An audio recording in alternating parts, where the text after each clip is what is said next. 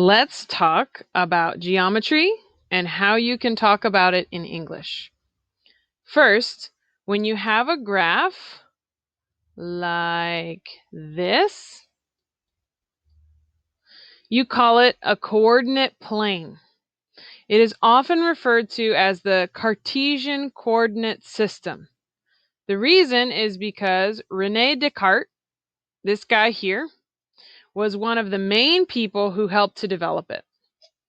A coordinate plane is defined as a two-dimensional plane created due to the intersection of a vertical line, which is the y-axis, and a horizontal line, which is the x-axis. These are perpendicular lines that intersect each other at 0. This intersection point, 0, is called the origin.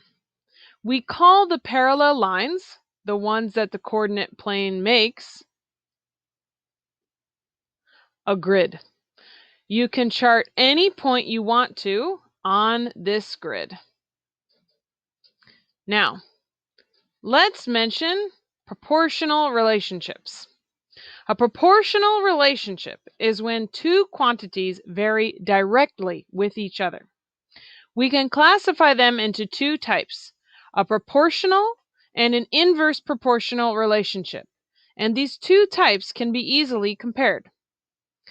So, to describe a direct proportional relationship, like this one, you would say that the variable y varies directly with x if y equals kx. K, in this case, is a constant. It is called the constant of proportionality. Also, k cannot equal 0. This function can be seen expressed in this graph here. Sometimes you can see it expressed as y varies proportionally with x, or y is directly proportional to x.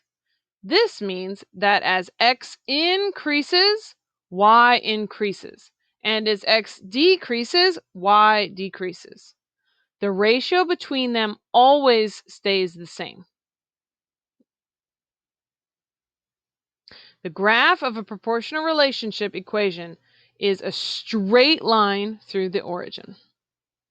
How about an inversely proportional relationship, though? For two quantities that are inversely proportional, as one quantity increases, the other quantity decreases.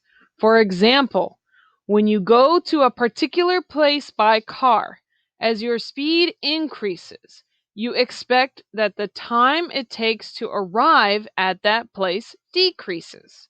When you decrease your speed, the time it takes to arrive increases.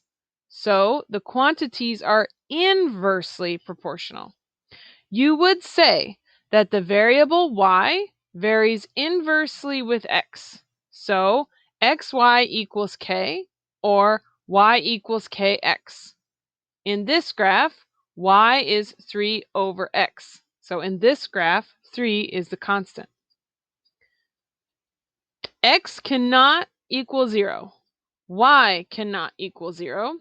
And k is again a constant and cannot be 0 either. Got it? All right. Let's try this activity.